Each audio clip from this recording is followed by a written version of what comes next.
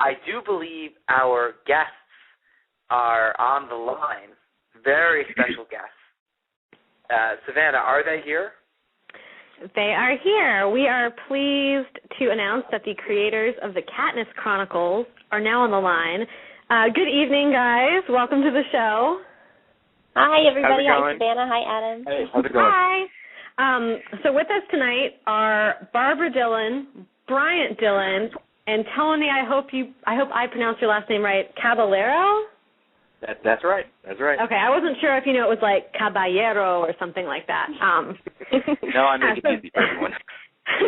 So they are three of the creators of the Katniss Chronicles, which is a 1930s, 1940s style audio drama based on the Hunger Games, unofficial and unauthorized, of course. If you haven't listened to any of the Katniss Chronicles yet, you absolutely should. I believe their fourth episode is being released tomorrow. Is that correct? That is correct. That's yes, right. Tomorrow, okay. And you can fire. go to thekatnisschronicles.com and, learn all you need to know about how to listen, et cetera. I'm sure they're on iTunes and whatnot, right? You're on iTunes. Yep. Exactly, yes. Okay. So what I was thinking, we actually have a clip from the Katniss Chronicles. It's a clip from episode 1. And since a lot of our listeners probably, A, haven't heard about the Katniss Chronicles, and B, might not be that familiar with audio dramas, we would love to go ahead and share that. Does that sound good for everyone? And then we can sort of talk to you about it? That would be awesome. Does that sound good, Adam? I'm actually diametrically opposed to hearing any of their work. I'm just kidding. I would love to hear it. Let's please. Okay, so why don't you guys, we'll pretend like this is Jay Leno or something. Why don't you guys set this clip up and tell us what we're going to hear? Absolutely. I believe we are going to play a clip from episode 1 towards the end from The Reaping, where Katniss learns that her younger sister Prim is going to be called for the Hunger Games. Okay, here we go. Without further ado, this is an excerpt from episode 1 of the Katniss Chronicles. And episode 1 is titled The Reaping. Taking the kids from the districts and forcing them to kill one another while we watch.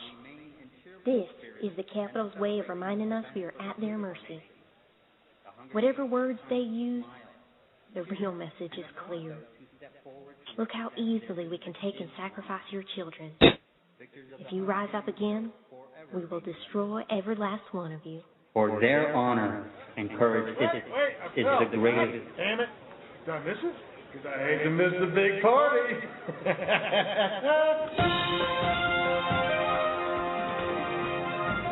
And it looks like Hamish Abernathy has made an appearance after all, Bet. Drunk as usual. And look at how he's fighting back as Effie Trinket and Mayor Undersea try to get him seated and quieted down. Bet, this can't be easy for Effie or the mayor. You can clearly tell they know this is making District 12 look like the laughing stock of Panem. Hamish, please. They're broadcasting this to all the districts in the capital. Effie, give us a hug. Come on. Come on. Why is your hair pink? Yes. Effie, why don't you continue?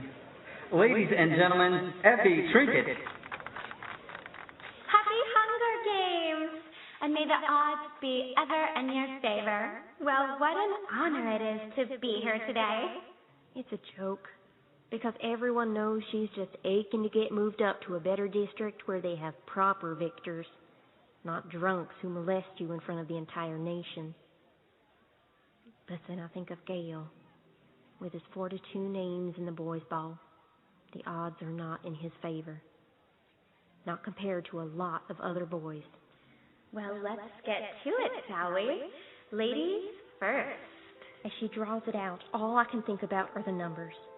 20 for me, 42 for Gale, 5 for Madge, thousands of flips, 24 tributes, 1 champion. Over and over, and I'm nearly nauseous and so desperately hoping it's not me. It's not me. It's not me. Primrose Everdeen. The District 12 female tributes have been selected. You see her yet? in the back. One of the younger ones. The shirt is coming loose in the back. The shirt I tucked in. And I had done everything I could. Everything! Oh, she looks so young. Sort of pale and scared, to be honest.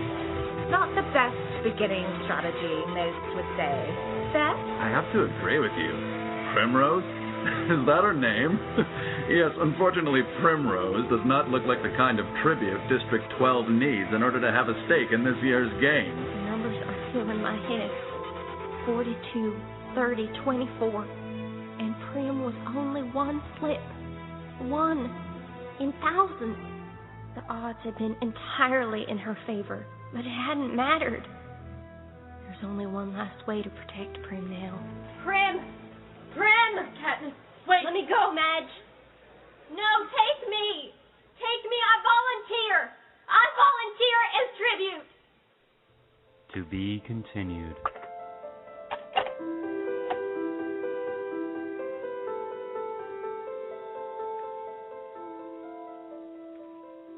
This music sounds very familiar to me. I have to say, this is the first time that I'm speaking to Sam Cushion. I was going to say, that's Sam Cushion's music. Yeah. On behalf of the Katniss Chronicles, we have to say a big thank you to Sam. Yeah, they approached me a while back and asked me to use that, and of course I was more than happy to let them use it. I think it turned out just amazing. So cool. Okay, oh so my before... God. Sam.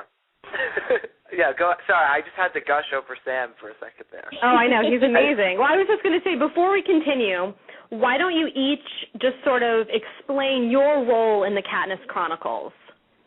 And Barbara, you can start if you would like to, since you actually have a pretty big role. I do indeed. I was lucky enough to be cast as Katniss, and it's been an absolute pleasure to bring her to real life. But I also am one of the executive producers of the show, so I kind of have a hand in its production and just really bringing it to life. And Bryant, what about you? Well, I'm cast as Peeta, and and I'm also one of the writers, staff writers, and an executive producer also. So. Very cool. And how about you, Tony? I'm one of the exec producers, and I'm the head writer. You're the head writer, so you don't play a character? No. Okay. Not yet. We might sneak him into something. I sense a potential Finnick when you guys move on to Catching Fire. I love it. Okay, so my first question for you.